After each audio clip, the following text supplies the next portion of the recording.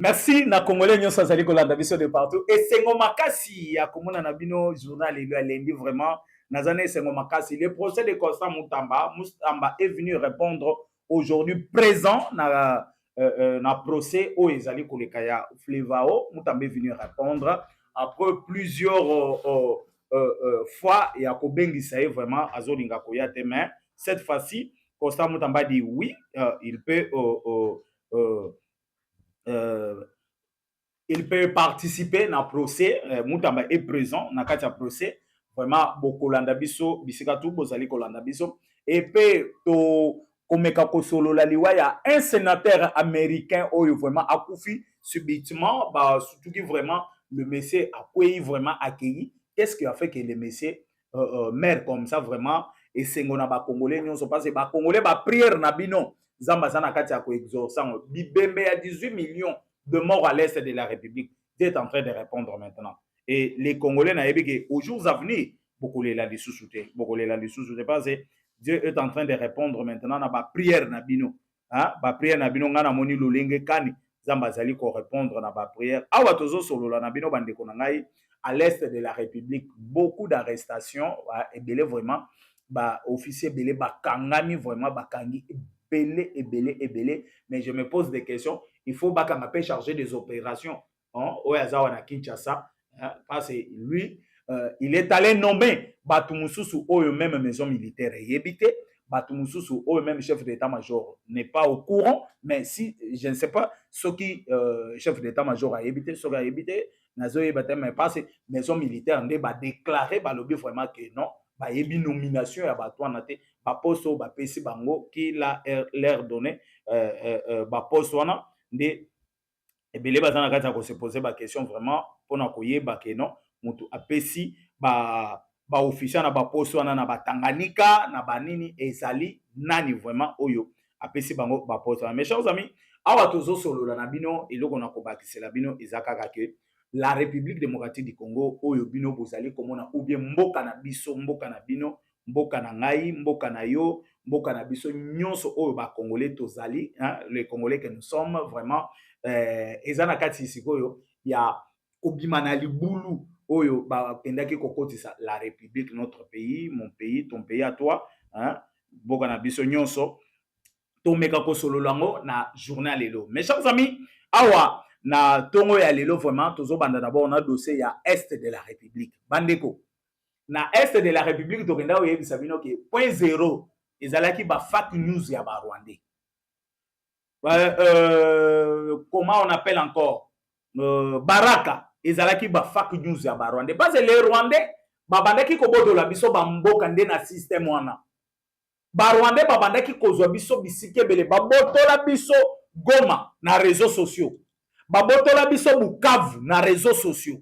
Et biso tozali kochume na réseaux sociaux, to komisi ko s'inquiéter, to se laisser faire, to lobi babotoli biso mboka na biso ekei, mboka na biso esali boinde. Les Rwandais ba profitaka na moment nande bayaka ko renforcer siko ba position na bango ko babotola o eza ya biso.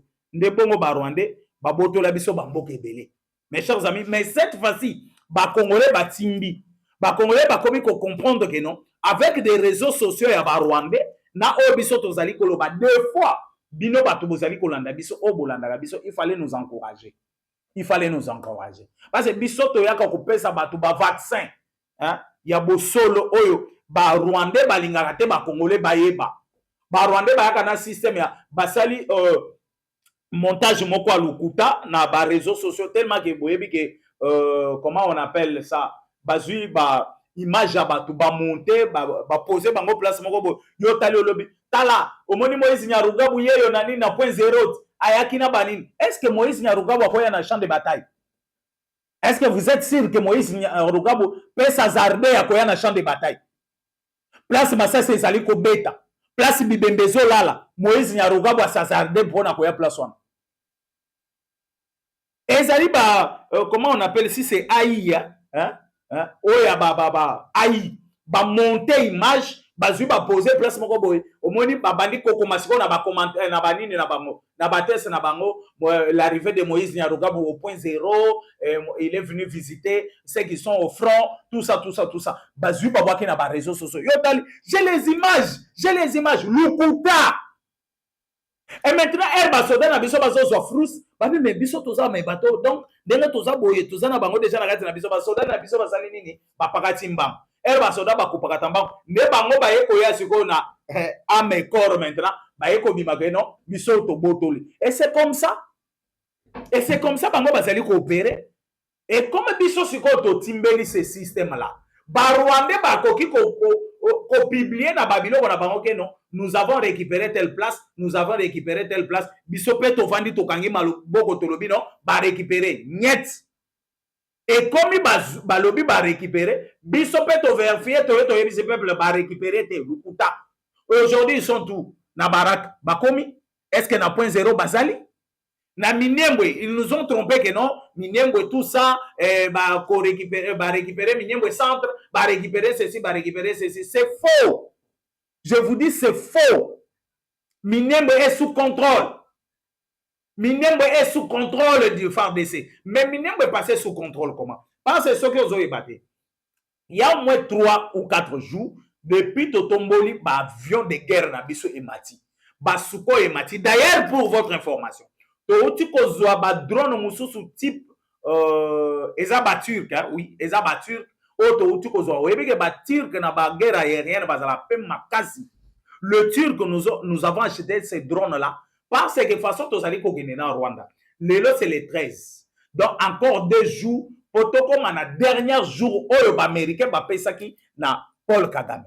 Nomoni les parsec les secrétaires particuliers ya Kabila Moïse Nyarugabo ou bien son directeur de cabinet nde omonaki ba ayaki kosalisa prière kosalisa prière de façon que Dieu peut le protéger batika la biseka bazali ou bien ba continuer ko botola bamboka mususu pour pousser Tshisekedi ba pasteur ba outi na Rwanda ba yeko sambelela ba M23. Mais les pasteurs qui sont ici oyo bazali ba ya catholique et église catholique bango bazali ko sambela encore de plus pour que le Rwanda ameka le Rwanda aya lisusu ko botola ba mboka na biso. C'est ce que ambongo enchole bazana kati ya kosala. Mes amis, nde omoni à l'est de la République bato wana siko na système na bango ya lukuta système na bango ya kokosaka bato pe bazo botola erbino bozozwa panique nde bango ba profiter na panique na bino baye ba botoli erbino bozali kosala bango ba profiter na mo mouvement bozo sala ya dini bango baye ba botoli comme biso to timbeli ce système là. La RDC s'est décidé maintenant il y a ko changer système il y a ko banda coopérer. La RDC s'est décidé maintenant de changer le système et opération. Mode opératoire, il faut les aller différents. Na auto bandaki ko sale la liboso. Comme des traîtres, comme nous avons dénoncé beaucoup de traîtres. Oyo bakay ko batama partout là batami balobi que non, biso ndenge to batami peut-être et ko sala biso le côté peut-être et ko sala biso. Et je vous dis et je vous confirme, sachez même que Bitumba oyo tozo bandana Rwanda ko gagner ngote.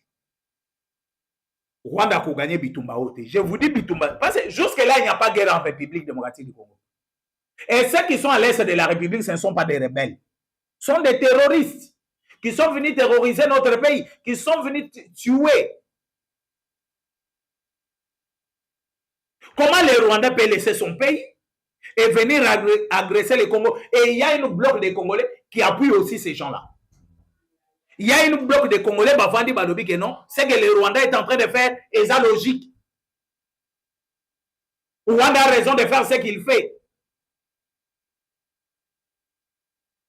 Mes amis, likez-moi d'abord l'émission. Likez-moi l'émission, s'il vous plaît, likez-moi l'émission. Likez-moi l'émission, vous partagez l'émission. Vous allez belé vraiment, n'a pas partagé, n'a bino bisira tout bozali. Néomoni batouane sikoyo. Tellement que baza kosa la politique na bango na lukuta. Nomoni catholique depuis bauti Bujumbura. Est-ce que ambongo na chole ba yebisi bino makambo basolo la kina président d'Aishimi et les autres bakei na na Gombe ono toye ko sala restitution ya makambo tokendaki ko solola na Bujumbura. Est-ce qu'ils vous ont dit la vérité? Il faut pas prendre koyebisa peuple vérité. Il faut pas prendre koyebisa peuple congolais vérité. Ambongo yewana akendaki na Congo Brazza. Est-ce que bino boyebaki ke na Congo Brazza akendaki ko senga mbongo? Il est allé supplier le président Brazzaville pour asala ke bazwa rencontre na Félix Antoine Tshisekedi.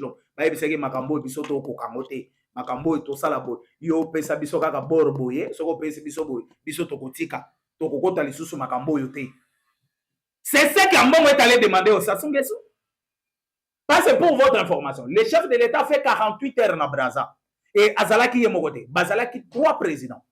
Le président angolais, le président à Congo Brazza, Sassou Nguesso, na Félix Antoine Tshisekedi Tshilombo. C'était quoi les sciences de ce travail-là? Et les Rwandais pensent qu'il y a un malin. Parce que les Rwandais, nous avons déjà des informations. Sassou Nguesso y en a le bien. Pourquoi on dit Sassou Nguesso a se confier pas Félix? Mais tant que Sassou Nguesso a bandé qui collaboré, ma casse na président rwandais Kagame. Il a senti que Kagame ne pèse plus encore. Et ce qui restait pour Kagame aux États-Unis, aux États-Unis, les sénateurs Oyatsikalaki, les tout puissants, c'est lui qui protégeait Kagame. C'est lui qui bloquait même les sanctions belé lingake la sir Kagame. Nazolo bangon émission à l'élo. Bon like dans émission. Bon like émission, bon allez belé vraiment ya ko partager émission. Surtout ba j'aime na bino ezana se makash. Ba j'aime ezana se vraiment bonne émission s'il vous plaît. Bonne émission. Eza nouvelle moko akitoko na memeli bino lelo. Ne sachez pas que ba prière ba congolais tout basali ko sambela pona mboko. Ba cheli biso anti mabondeli na mapatao, anti mabondeli ezate. Ezo mata itoboli pe mapate ezo kota. Pona ko la sabino ke ezo kota, vous allez voir, vous allez comprendre ce que je vais vous expliquer maintenant, ce qui se passe aux États-Unis d'Amérique. Na minute aux États-Unis bazana matanga ya munene. Matanga oye bouger Amérique mobimba na minute. Appelez ton frère, ta sœur, ou azan Amérique ayebisa yo. Et Kagame place azali. Oyo, et baluki ekoto, oyo zonge ekoto.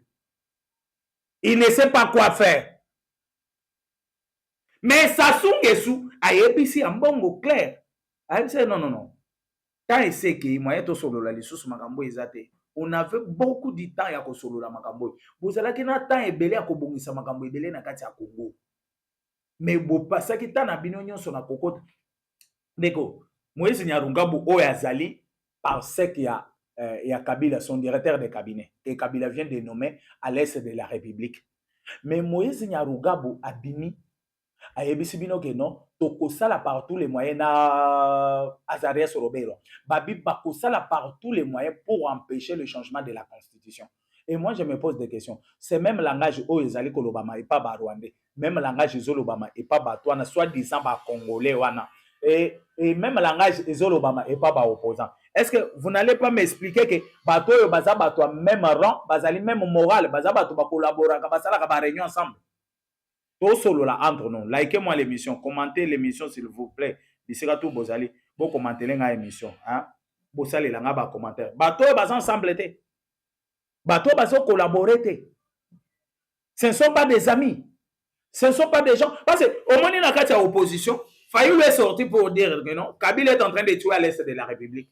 C'est pour la première fois. Félicitations à Fayoulou. Mais il lui demande les dialogues de ne pas exclure Kabila.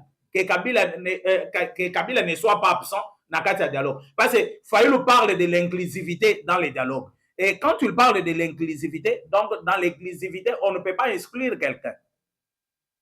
Il faut inclure tout le monde. Et il faut que tout le monde soit inclus là-dedans. Il n'y a pas question de l'opposant, il n'y a pas question de sanctions, il n'y a pas question de ceci. Et dans le dialogue que Fayoulou nous dit, des fois il nous dit que non, Kabila tue à l'est de la République. Et des fois il change que non, il faut un dialogue inclusif. Moi je me pose des questions. Et Zalim ya makila ba Congolais te bazolia ezobungisa bango mayele. Comme je vous ai expliqué le samedi que non, oyebi soko zana mwana na kati ya ndako. Mais mutu aya yebi TV na yo, ayebi téléphone na yo. Akeya teki. mais azwi ata 10 dollars na mbongo ya teki telefone na yo apesi mwana na yo alie soki okei kosimba kisi oyo moto anakoma kizengi moto anakufa keba ekoki kozwa mpe mwana na yo de même aussi la république démocratique du congo toza na kati ya kolela mpo na makili ya bakongolais ezosopana tozolela mpo na minere ya république démocratique du congo ke kagame est en train de piller à l'est de la république soki tozolela mpo na minere wana kagame prend le minere akei nango na rwanda ateki il prend cet argent aye kokorrompre nango bafayulu akorrompre nango bakabund akorrompre nango banani nde ozomona bato des fois bazoloba makambo ozokomprendre comme si bazokomprendre makambo bazoloba te comment okoki koloba ke c'est Kabila qui tire à l'est de la république et des fois tu changes tu nous dis que non il faut un dialogue inclusif pour qu'il m'aille à l'est de la République. Et comme tu sais bien que Kabila est en train de tuer, vous allez me dire que Kabila a été à l'est de la République tuer les Congolais sur base de quoi? Nini ya Kabila babotolaki na Congo, oye poussaki akende kokota, même si babotolaki. Et il faut prendre des armes pour tuer les gens que toi tu as dirigé pendant 18 ans. Il faut se poser des questions pareilles. Pendant 18 ans, bato yo vandeki na bango. Ou bien ndenge Kabila lobaka ke non eloko na koki ko changer na Congo te ezaka homme congolais lolenga kokaki ko changer et maintenant il est en train de les tuer pour akotisa bato na Congo oya koki ko ya ko changer facilement. C'est ça non? Likez-moi l'émission s'il vous plaît, likez-moi l'émission, likez-moi l'émission, likez-moi l'émission. Il faut que ces gens-là prennent courage ya koyebisaka ba congolais vérité makambo ezoleka. Il faut que ces gens-là prennent courage. Il y a koyebisa ba Congolais o bango bakutanaki nango na Bujumbura. O Ndayishimiye yebisaki bango. Ndayishimiye yebisaki bango, je connais bien Paul Kagame. Ce que vous faites aujourd'hui, vous allez les regretter demain. Vous êtes en train de vendre votre pays. Et je connais Kagame lokola elamba na lata kananzoto. Ndayishimiye yebisaki bango biloko wana. Mais comme ils ne sont pas sincères avec le peuple que nous sommes, comme leur option, c'est Ndayishimiye ndenge bango balobi Ndayishimiye nde moto abengisi bango. Mais babemeli Ndayishimiye cahier de charge. Pour que Ndayishimiye abanda ko expliquer aya ko expliquer na Félix Antoine Tshisekedi Tshilombo non, il faut un dialogue. Kabunda zongia il faut basango ba diriger transition, il faut boy. Kabund, ba yebiso que soki basango ba diriger transition, toi tu auras quelque chose. C'est comme ça que tu penses. Que tu auras quelque chose soki basango ba sali ko diriger transition. Mais tu te trompes. Tu te trompes. Mes chers amis, likez-moi d'abord l'émission. Likez-moi l'émission, partagez-les-moi l'émission. Bisikatu bino bato bozali ko commenter, bozolanda émission, bo commenter te bandeko. Ba j'aime na bino na lingaka ngo makasi. Bo emele nga émission. Ba j'aime vraiment na bino na lingaka ngo makasi. Ba commentaire, si vous avez des questions à me poser, posez-moi des questions. Parce que Kalamingi était na kota na dossier Mutamba. Mutamba qui s'est présenté aujourd'hui. Mutamba s'est présenté na cour de cassation, à se présenter les lots. Azakuna. Ndenge tozoloba na bino boye Mutamba azakuna. Azakuna. Na meka ko solola na bino pe ko expliquer bino ko lakisa pena bino makambo ndenge ezoleka na kati ya salle place Mutamba azali. Je vais vous montrer ça ici en direct. Je vais vous montrer ça ici. Vous allez voir comment dossier Mutamba ezala na kati ya koleka. Mes chers amis, nde ambongo voyage na ye na kati ya Congo Brazzaville, c'était ça l'objectif. De chercher que ça peut chercher donc amorcer quand même ma solo yande kona biso nani Fayulu ameka kolakisa na ba Congolais lolenge makambo ezali kokendele ambongo azonga aya kokutana na chef de l'État que Sassou Nguesso solo na Félix pour bango bakutana na chef de l'État parce qu'est-ce que vous allez causer avec Tshisekedi? Boko solo la na yenini. Tshisekedi boko solo la na yenini.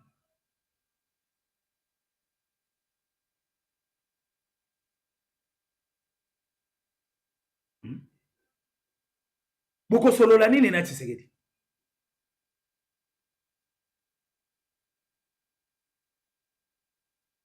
Son ezate bazo déclaré par balane na biso, son ezate. balandi bazo déclarer son ezate balandi bazo déclarer son balandi balobi son ezate vraiment son ezate bazo comment vraiment son ezate et c'est pour cela nazali koyebisa bino ba congolais tout o bozolanda émission na biso alelo monsieur Charlie olobini très bien merci beaucoup monsieur Charlie donc monsieur Charlie alandi siko nde yango wana tozali koyebisa bino ke kokende na bango ya Brazzaville mpona bandeko bazolanda biso en direct bakendaki te bakende kokutana na Sassou Kabila bango mbongo bakei kolela epa Sassou Nguesso il faut bazala na système ya koyebisaka peuple vérité il faut babotaka courage ya koyebisaka peuple congolais que voilà vérité eza boye parce que vous êtes les hommes de Dieu basala nzambe il faut bozala ta bien sûr vous êtes les êtres humains mais bozala ta na 60% ya vérité 40% ya lokuta mais vous avez les 80%, les 99% il y a lokuta, mais 1% il y a vérité. Vérité, na bino zala kaka bonjour. À part bonjour, les restes des choses pour le baké zala lokuta. Chole oyo bokenda kina ye yo ambongo. Chole bokenda kina ye la brasa kokuta na Sassou. Ba poser question na bosolo na politique. Pour la kotuna ye que non. Ceux qui se tuent à l'est de la République. Chole avait des difficultés pour dire que le Rwanda est en train de tuer à l'est. Oh non, bango nyonso bazo bomana. Bango nyonso bazo bomana na ndenge nini? C'est le Rwanda qui a quitté son pays pour venir tuer au Congo. Mais toi tu nous dis que bango nyonso bazo bomana. Bango nyonso bazo bomana na ndenge nini? Ba Congolais bazo bomana na ba Rwanda. Est-ce que ba Congolais balongwe na Congo bakeye ko bomana na Rwanda et Rwanda zo longa pa zo ko bomana na Congo pour que tu condamnes que bango nyonso bazo bomana. Paul Chol avait mille difficultés à Koloba que le Rwanda est en train de tuer au Congo. Et cette dame là babenga soki ma sœur soki nani a poussé Chol point di makaka que non le Rwanda tue au Congo. Chol a lobango te na monoko na ye. Et c'était difficile à Koloba que le Rwanda tue au Congo. Mais ceux qui sont faciles peut-être à kobimisa na monoko que tu serais devant démissionner. Mais c'est du n'importe quoi. Pour les démissions de Tshisekedi, là vous êtes prêts.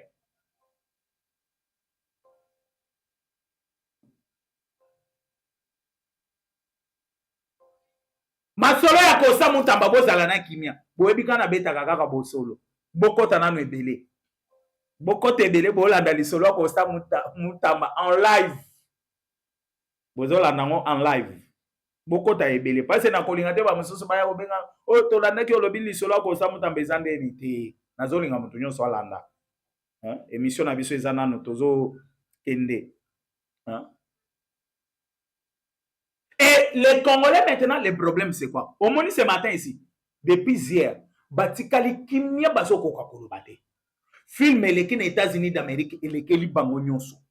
Na yebisi bino ba Congolais ba prière bosalaka pour ces pays ici. Eza prière apambate. Eza prière oyo bozali kosa o bosalaki o nzamba zali anti mabondele ezate na espace ya Congo. Ezo beta directement ezo mata. Vous savez, les Américains ont payé Kagame des sanctions. Mais les sanctions Kagame azali kozwango ndenge ezalaki prévu parce qu'il y a des sanctions graves que les États-Unis sont en train de préparer pour Paul Kagame. Il y a des sanctions très graves que les États-Unis préparent pour Paul Kagame. Mais pour votre information, il y avait des gens qui bloquaient les sanctions aux républicains. Parce que les républicains, il y a deux groupes, il y a des républicains qui ont compris que non, il faut soutenir la République démocratique du Congo pour l'avantage des États-Unis d'Amérique.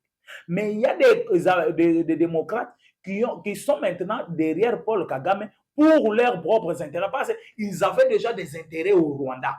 Ils avaient des usines en Rwanda. Ils avaient plusieurs choses dans le Rwanda. Ils ont trouvé des difficultés à Kolongolango dans le Rwanda.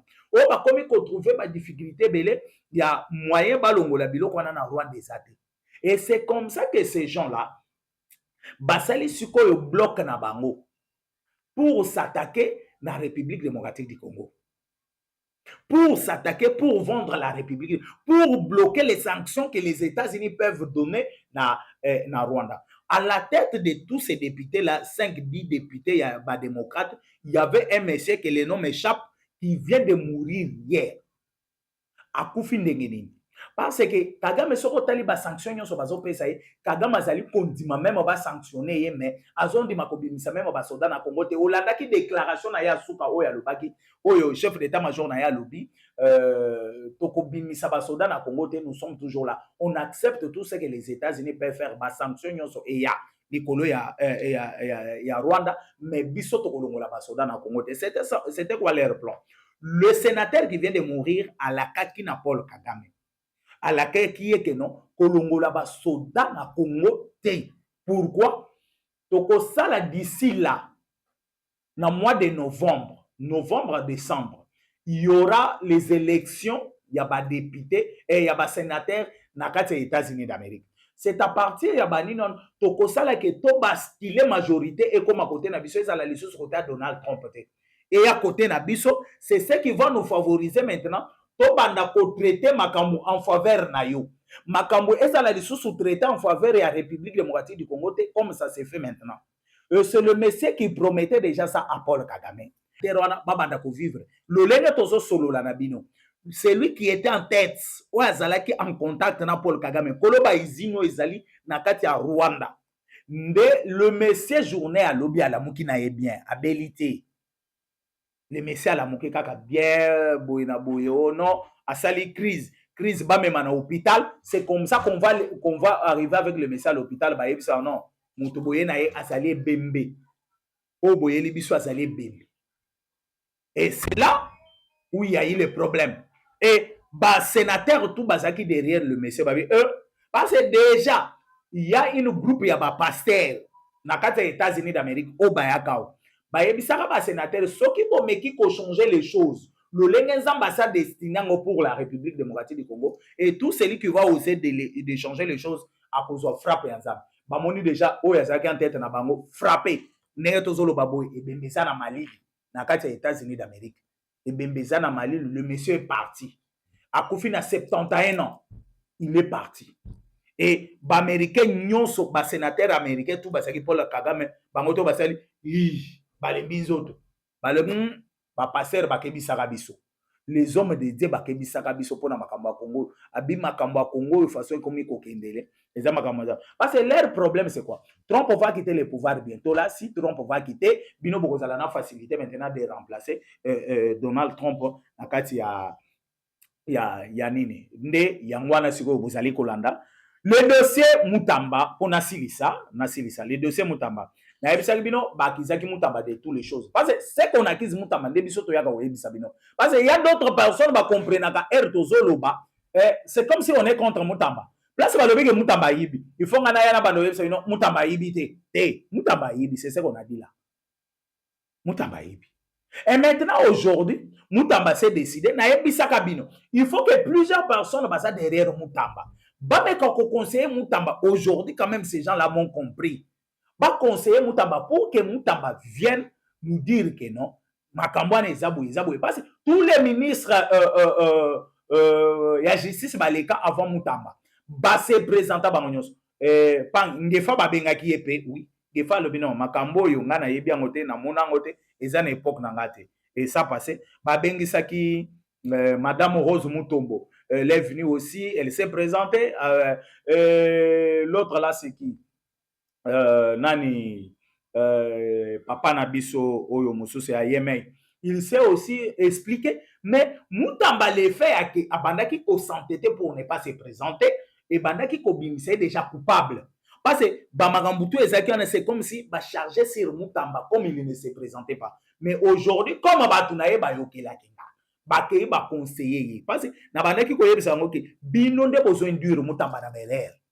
Parce que vous êtes incapable de dire la vérité na Mutamba. Koye Bisa Mutamba ba vérité en face pour que Mutamba se présente dans la justice. Il s'est présenté aujourd'hui, mais eloko ya mibale na bagisela ki bango. Ba conseiller na Mutamba, atika arrogance na kosamba. Atika arrogance na kosamba ou bien na ko expliquer makam là où il s'agit que ba avocat ba expliquer atika ba avocat ba expliquer makam lui akataka toujours ba avocat pour yaloba ce n'est pas bien en voulant trop gagner on risque de tout perdre je connais et ça la rappelle bien botika Mutamba asamba bosunga mwana mobali anazana jeune l'avenir de ces pays est dans maboko na biso jeunesse. Que Moutamba comprenne que non, la République démocratique du Congo, peut-être, il y a des Congolais qui sont pour ça. Ce qui a comprendre de l'eau a été à ma vie na yendenga zo memelango, moi ça me fait mal en tant que jeune. Et ça l'a passe. Comme ça l'a passe makasi. C'est que je peux vous demander sur Costa Moutamba. C'est que je peux vous demander sur Costa Moutamba. Que boye bisaba Congolais nyonso. Que non, Moutamba azana justice oyo. Ayokaki stani boy. Batu na balanda ki stani boy bayokaki. Na ebe ezana batu mususu balanda ba émission na ngai belé na lobango. Et na minute osiko Moutamba azali kosamba. Les dossiers ezali dossier à Flevao. Oyo batutu ba chercher Moutamba. Oyo batutu ba lobi c'est Moutamba qui est la base de tout ce qui se passe. Moutamba qui est la base de tous les détournements na Flevao. Parce que les jeunes à Flevao azaki déjà à charger Moutamba. Ba onyo so baso leka baso charger Moutamba. C'est à Moutamba maintenant de nous expliquer nous les Congolais pour nous prouver son innocence. Et c'est ça mon problème. Je pense très bien que Nazana Soga émission nanga. Hein, Nazana Soga émission. Mon numéro E plus 243 82 75 76 085. Lui c'est 243 82 75 76 085. Na pesi mbote na Hortense Boulaïma bisika zali vraiment na pesi mbote Pamela Musasa bozali ebele oyo bobetaki libaku malamu ya kolanda Stani Boy chinto ko basi ko nemo mutombo ba chena ba munandemba ba jingandemba pour la République démocratique du Congo. Nous sommes toujours disponibles. Ciao.